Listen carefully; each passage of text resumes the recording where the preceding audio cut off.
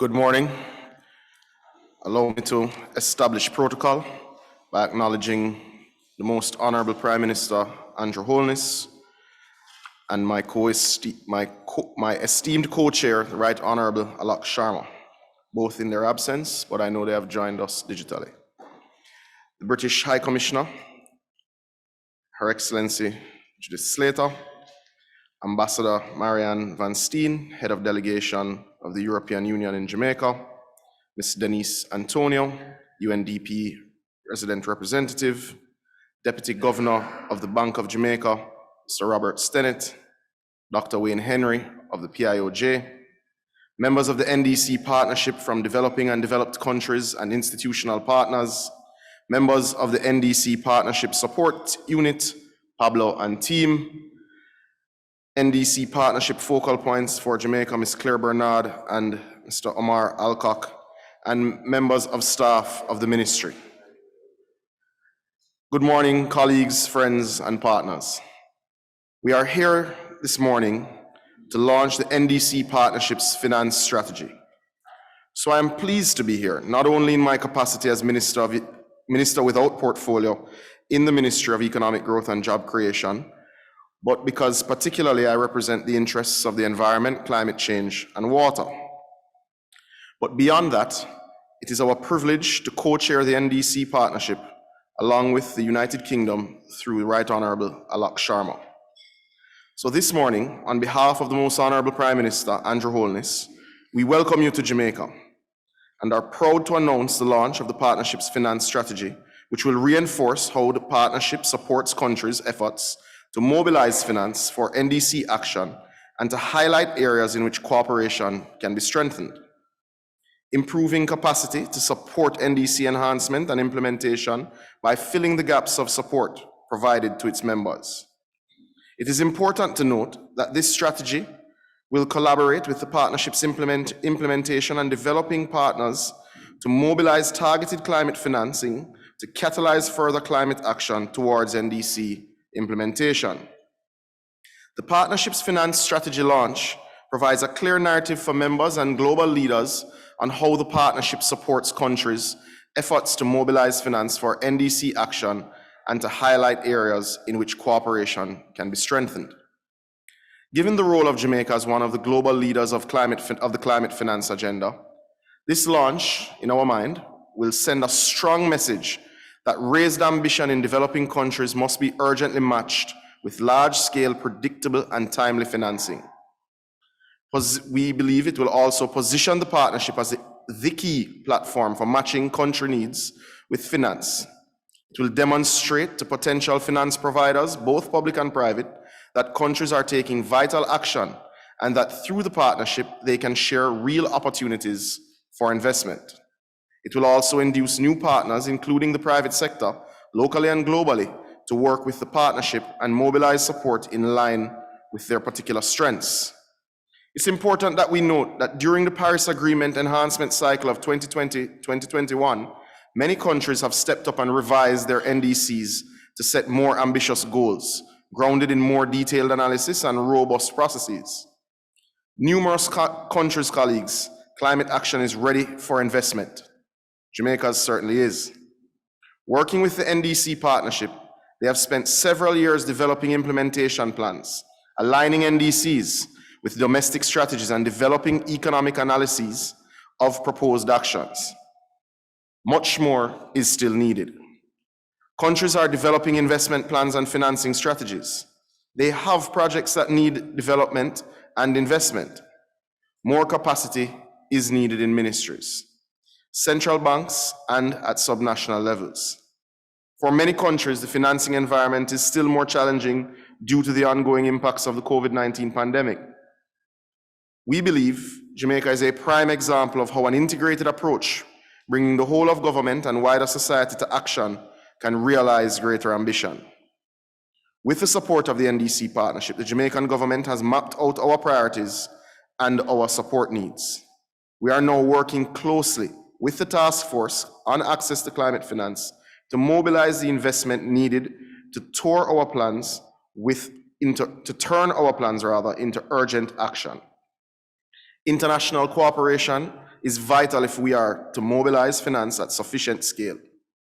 Jamaica has played and will continue to play a leading role in international efforts, including the Coalition of Finance Ministers for Climate Action, the NDC Partnership, the Task Force on Access to Climate Finance, and others.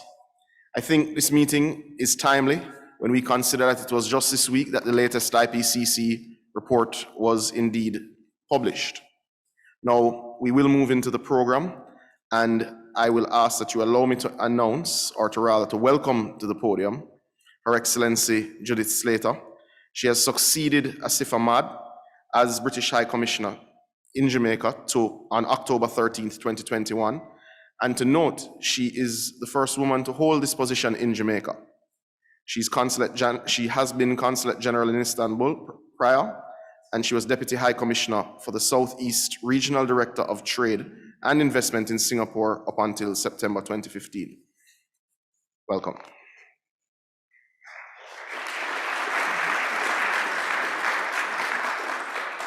Thank you very much indeed, Honourable Minister Matthew Samuda. Ambassador Marianne van Steen, Head of the Delegation of the European Union Jamaica, Mr. Denise Antonio, UNDP Resident Representative, Deputy Governor of the Bank of Jamaica, Robert Stennett, Director General, Dr. Wayne Henry from the PIOJ. Distinguished guests, ladies and gentlemen, it's a real delight to be up here again on the beautiful north coast of Jamaica. I love any excuse to come up here from Kingston. And good morning, everybody. It's a real honour to represent the United Kingdom here today on behalf of Alok Sharma, who we'll be hearing from via a video message in a short while. A huge thank you to Minister Samuda and team for hosting this launch event and the NDC Partnership's Steering Committee today. It's a privilege for us to serve alongside Jamaica as co-chairs of this vital partnership. The UK has supported the work of the partnership since its inception at COP22 in Marrakesh, and we've seen it go from strength to strength with over 120 countries and 70 international organisations now working together to deliver the policies and plans needed to reduce emissions and increase resilience to climate change. As we all know, donors and financial institutions now need urgently to align financial flows from with the Paris Agreement, and we need a radical increase in the quantity and the quality of investment for climate action. We recognise the frustrations Jamaica and other climate vulnerable countries face in accessing climate finance. Current access arrangements are often slow, uncertain, resource intensive, and don't always align with partner countries' own national priorities. This is why the UK sees the NDC Partnership as such an important platform. It gives us the confidence that we're directing resources for climate action to meet the needs of member countries. And NDCs are now becoming actionable plans for mobilising finance at scale, a process with which we are proud to be associated.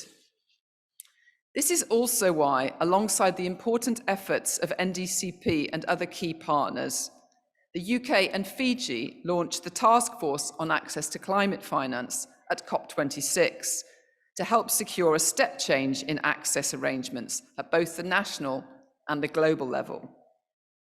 The task force seeks to build on the vital work already undertaken by Jamaica and other partners to deliver much needed improvements in the predictability, flexibility, transparency and speed of access, but also to focus support on countries' own national plans and priorities. Jamaica's experience on climate finance, not least as co-chair of the NDCP, makes it an important partner not only in demonstrating how best to support national plans, but also in helping us to identify the further changes needed in global systems to deliver that support most effectively. We're grateful for Jamaica's willingness to help us trial this approach at country level, and we look forward to working closely with the NDC Partnership on this, alongside the US as Jamaica's anchor donor, ensuring real progress on this initiative by November's COP27 meetings, and using that as the foundation for further progress across the following years of the task force trial. Whilst we do this work with Jamaica and other task force pioneers, we're acutely aware that changes in the global system take time, and also that urgent climate action is needed in every country. Last year, the partnership launched its new Partnership Action Fund, a complementary source of funding so that resources are available to support requests that can't be matched to donor funds. This fund will play an important role in ensuring that no country is left behind in the partnership's work on access to finance, giving members confidence that when they request support for the development of finance strategies or support for engagement with private sector stakeholders, this support will be delivered. At COP26, the United Kingdom announced a £5 million contribution to this fund, and I'm delighted that we've now doubled this contribution and will be providing £10 million to accelerate the deployment of funding for technical expertise, capacity building, and mobilization of finance for developing countries to implement their NDCs. We welcome the partnership's new finance strategy being launched today to take this work even further and to help to unlock finance for developing country members through strengthening member countries' capacity to access climate finance and improving the coordination of finance providers. As co-chairs, the UK encourages all donor and institutional members to support the implementation of this strategy and to continue your great work as part of the NDC Partnership. With that said, I now invite us to listen to the remarks from the COP President and UK co-chair for the NDCP, Alok Sharma, who did really want to be here today, and why wouldn't he, with such a beautiful place. He's sorry that he can't be with us, but he has sent these remarks. So thank you very much indeed. Greetings, friends, and thank you to Prime Minister Holness and my co-chair, Minister Samuda, for hosting the NDC Partnerships Steering Committee meeting. I'm very sorry not to be able to join you in person to mark the launch of the partnership's new finance strategy, though I do want to thank our brilliant High Commissioner, Judith Slater, for representing the UK today. At COP26, we collectively made significant progress, and many countries have increased ambition in terms of mitigation and adaptation. But we know that delivery of commitments relies on finance, and getting finance flowing to climate action to turn increased ambition into action is absolutely vitally important. Ahead of COP26, we set out a climate finance delivery plan, and we can say with some confidence that developed countries will mobilize $500 billion in climate finance between 2021 and 2025 to support developing nations, and that $100 billion will be delivered in 2023. Of course, it's regrettable that this goal is unlikely to have been met in 2020 as originally envisaged. In addition, every major multilateral development bank has committed to align with the Paris Agreement by 2025 at the latest, and private financial institutions representing $130 trillion in assets have joined the Glasgow Financial Alliance for Net Zero, committing to science-based targets to reach net zero by 2050. We need to continue this trend and keep driving public and private finance to climate action. But we must also ensure when money is deployed, it gets to where it is needed most, and that it is tailored to the needs of developing countries. And that is why the work of the NDC Partnership and the finance strategy being launched today are so important. The partnership has shown that by combining countries' leadership with a coordinated response from international partners, technical and financial support can be mobilized effectively. Jamaica is an excellent example of this. It is one of the pioneer countries of the Task Force on Access to Climate Finance, which the UK co-chairs alongside Fiji. And through these pioneer country trials and finance providers, we are working to implement the Task Force's principles and recommendations. And this should help to leverage the finance required for Jamaica's ambitious NDC, which, with the support of the NDC Partnership, is now an actionable plan. Ultimately, these pioneer programs aim to shift the policies and practices of climate finance providers at a global level to improve the predictability and speed of climate finance for developing nations worldwide. Of course, no single initiative will be enough to mobilize the finance needed to keep 1.5 alive. That ultimately requires effective coordination between donors and all initiatives. Initiatives such as Team Europe's Just Energy Transition Partnerships, the Glasgow Breakthroughs, and Germany's G7 focus on development partnerships will also enable us to scale up resources. And the NDC Partnership can help to ensure that these initiatives come together effectively for countries so that they complement one another and comprehensively support national plans. So I urge such programs to make use of the huge amount of work the partnership is already doing across almost 80 countries, and to direct finance towards the needs this work has identified. And I urge the partnership to do likewise, to work with as wide a range of initiatives as possible to maximize the finance flowing to the delivery of NDCs.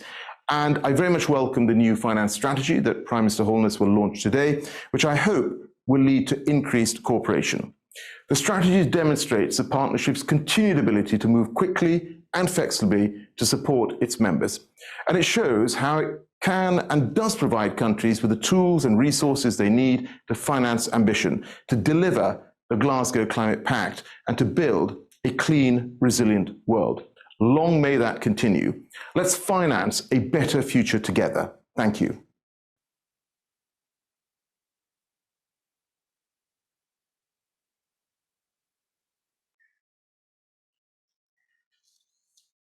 I thank Co-Chair, the Right Honourable Alok Sharma in his absence for that very important message. It is now my privilege to invite Ms. Beatrice, Director General of the Environment and Climate Change in the Ministry of Environment of Rwanda, to come to the podium to introduce the finance strategy. Thank you so much.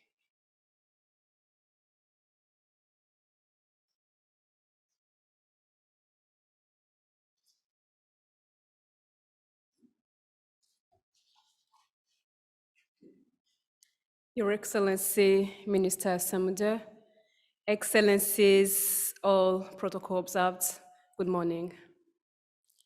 It's my pleasure to join you today for the launch of the NDC Partnership's finance strategy. The NDC Partnership offers the ideal platform for action on climate finance. With around 120 countries and 80 international institutions, we bring together political leadership, technical expertise, and finance resources.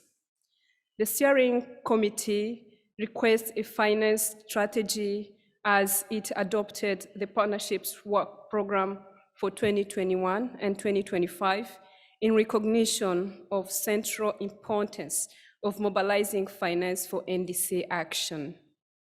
A task force made up of steering committee members developed this strategy over the past year. Rwanda had the honor to co-lead the task force along with our colleague at the European Bank for Reconstruction and Development. I would like to thank them, the co-chairs, and all the task force members here present. We appreciate your contribution.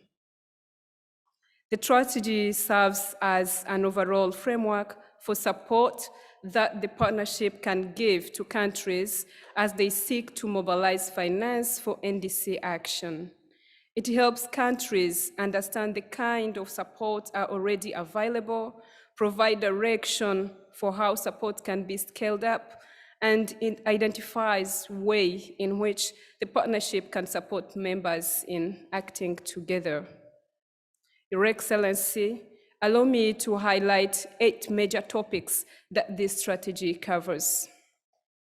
Risk capacity development, improving enabling environment, which means setting legal, regulatory, and financial context that attracts needed investment, developing NDC financing strategies, greening the financial system by building capacity within central banks and other financial regulators, engaging the private sector so that its technical expertise and investment capital are more effectively deployed for climate action, identifying and developing projects that contribute to the implementation of NDCs, and bring this project to partners and potential investors. Engaging subnational entities through national government so that finance can be directed to the cities and regions that play a critical role in so much climate action. And lastly, cross-cutting learning so that the partnerships work can become ever more effective, and so that we can inspire action within our members and beyond. In all these areas, the partnership will work through its established model for country engagement. Countries, through their national focal point, define their strategies and support they need. Development partners and implementing partners deliver that support using their own resources and expertise. The support unit facilitates collaboration and supports learning. This is a model that has worked well over the past 5 years. Indeed, today, 80 developing countries are receiving support through the partnership, and almost all have requested support on the same aspect of finance mobilization. Building on a well-established platform and having enabling tools like the strategy we are launching today on one hand, and continuing our actions in business as usual model on the other hand, must be two mutually exclusive goals. Countries will need to go further and faster in putting policies in place to attract green investment. Development partners will need to bring much greater resources to the table, both in direct funding and in motivating their private sector to invest. Institutions must move faster to respond to country needs and mobilize capital.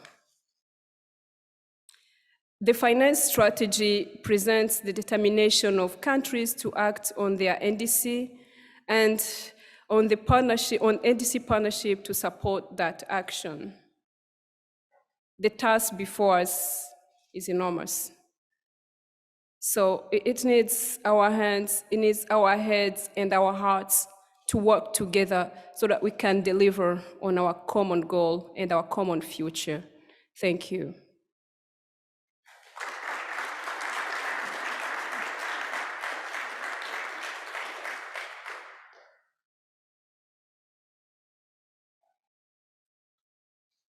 Thank you very much for those words, Ms. Sizia. The enormity of the task before us is impatient of debate. The reality is, certainly for small island developing states, we are already on the front lines. And climate change is not a future concept, but is indeed the current reality. It is my distinct honor to welcome digitally, to launch formally the finance strategy, the Most Honorable Andrew Holness, Prime Minister of Jamaica. It was his intention to be here this morning. His work globally and regionally, and certainly locally, on climate change is well known, and it is an area that he is firmly committed to getting global ambition where it needs to be, and to ensuring that SIDS are well taken care of. He has said that no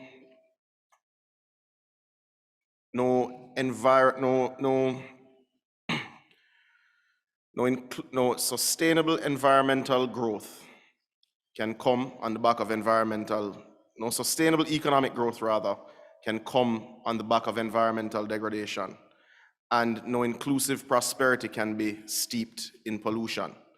I know that is his distinct feeling, and he would have been more than privileged to have been to join us this morning, and it was certainly his intention. The current geopolitical instabilities make it difficult for world leaders to commit to particular meetings, but I invite you to hear the words of Prime Minister Andrew Holness. Thank you.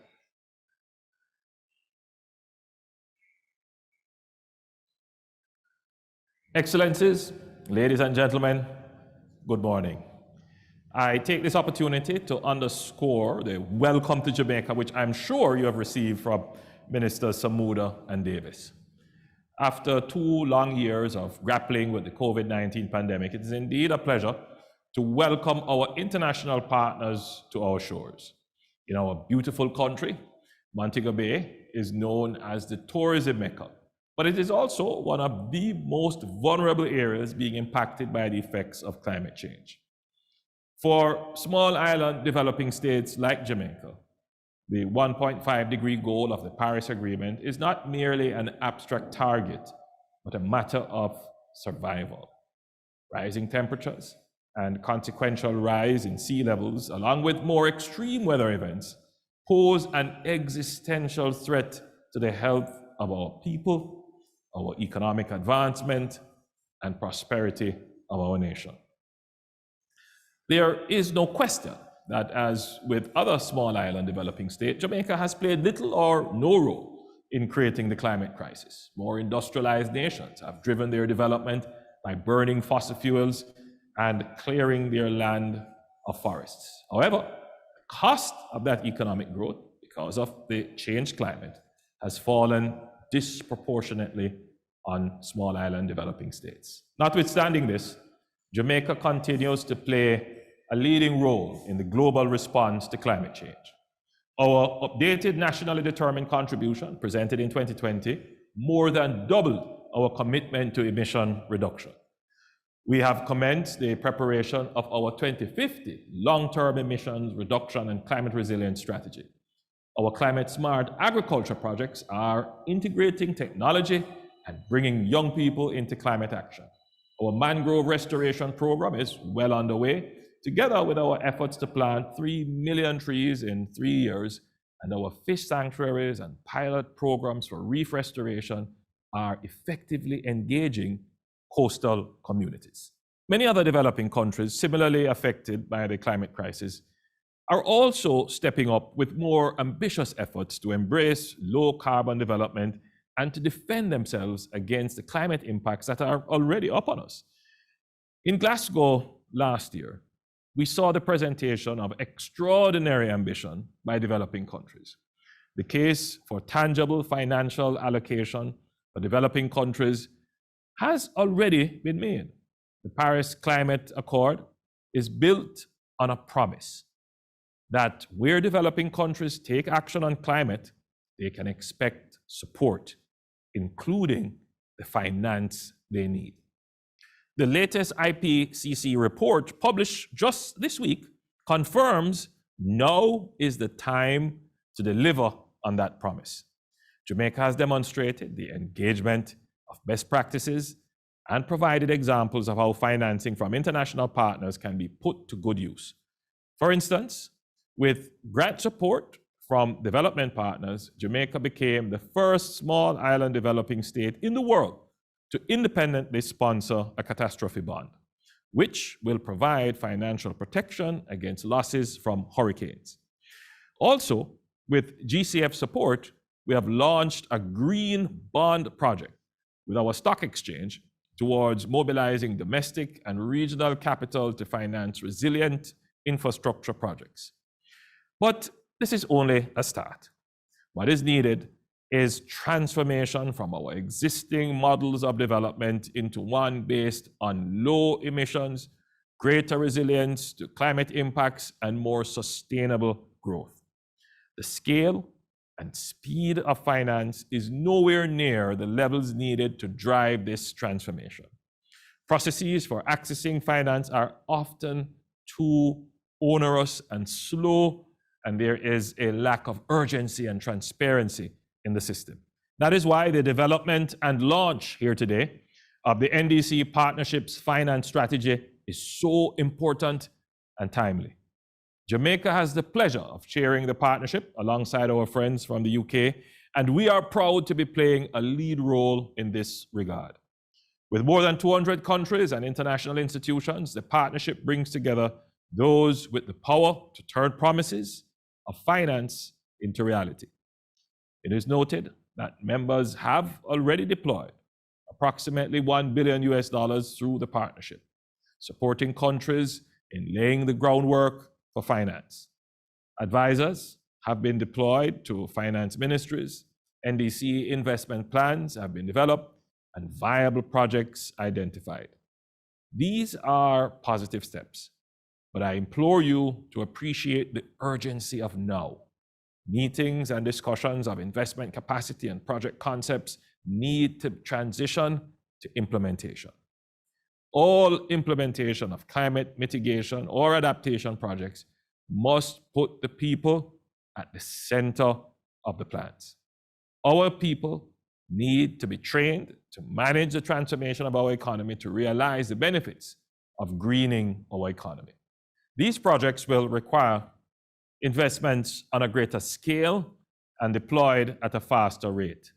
It also means equipping critical players like finance ministries, central banks, and other national and subnational institutions with the expertise and technical resources to integrate climate action into their planning. It means mobilizing public funding as well as private capital. We recognize that we all work with political and institutional constraints that may make it hard to move at a fast pace. However, faced with a climate emergency, we must urgently change our mindsets and find creative ways to mobilize the necessary financing. The launch of our finance strategy signals our determination to make this happen and sends a strong statement regarding Jamaica's continued commitment and sense of urgency. The strategy clearly articulates a roadmap for alignment and scaling up of support when developing new programs. I reiterate that financing the implementation of action on the ground changes people's lives for the better and must be our focus going forward. Finally, Excellencies, ladies and gentlemen, Jamaica's motto, out of many, one people, captures this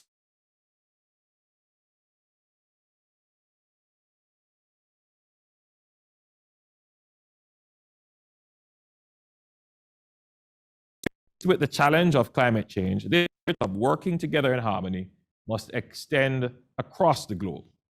In Glasgow, in November 2021, I said no one is safe until everyone is safe, and I repeat that here today. Humanity faces a threat unlike any before, and we must ensure that every person, every nation has the resources needed to meet it. That is no small task. Those gathered here represent leaders determined to take that task on. Everything will depend on our successful implementation of these actions. I thank you.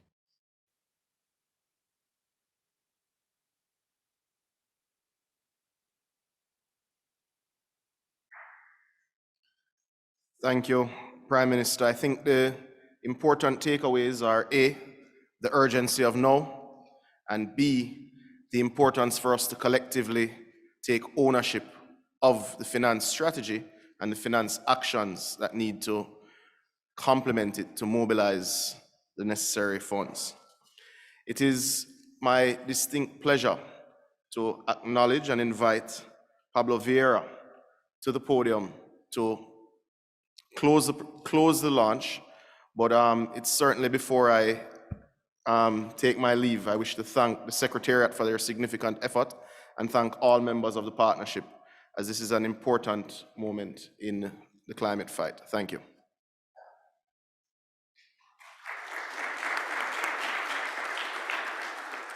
Thank you very much, Minister. Excellencies, ladies and gentlemen, it is a great honor to have the Partnership's finance strategy launched by such a distinguished gathering. I want to, in particular, offer thanks to Prime Minister Holiness for his words. Your consistent dedication to this issue has been vital for the NDC Partnership and to the broader cause of climate finance for many, many years around the world. We are deeply grateful for your leadership and your support. I also want to thank our co-chairs, Ministers Samuda and Sharma, for your words and for your leadership in this great endeavor. Given the important points shared by the distinguished speakers that preceded me, I want to share a couple of quick reflections. First, the fight against climate change is so vast that hope and despair are in constant struggle. It has been said that the test of a first-rate intelligence is the ability to hold two opposite ideas in the mind at the same time and still retain the ability to function. As I assume we are all first-rate intelligence in this room, we have to function despite two very important factors.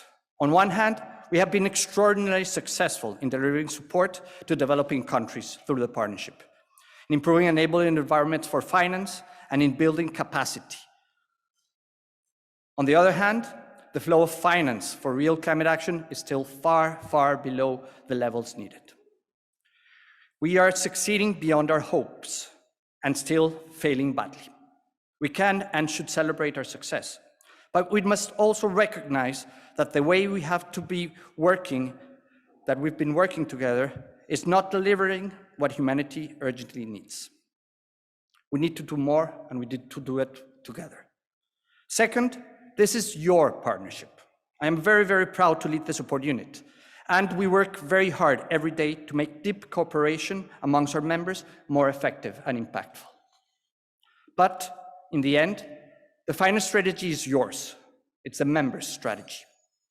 It will succeed through our member countries bringing their key institutions, including finance ministers, central banks, and others into the heart of climate action, through the development partners mobilizing resources on a greater scale and speed, and through institutions responding with greater flexibility and speed to the urgent needs of countries. As always, we stand ready to support in any way we can. I am excited to see the ways in which our members will race to this complex challenge. And the NDC Partnership has already shown, working together, we achieve more. Collective action has never been more necessary than now. So let's keep on working, and I thank you.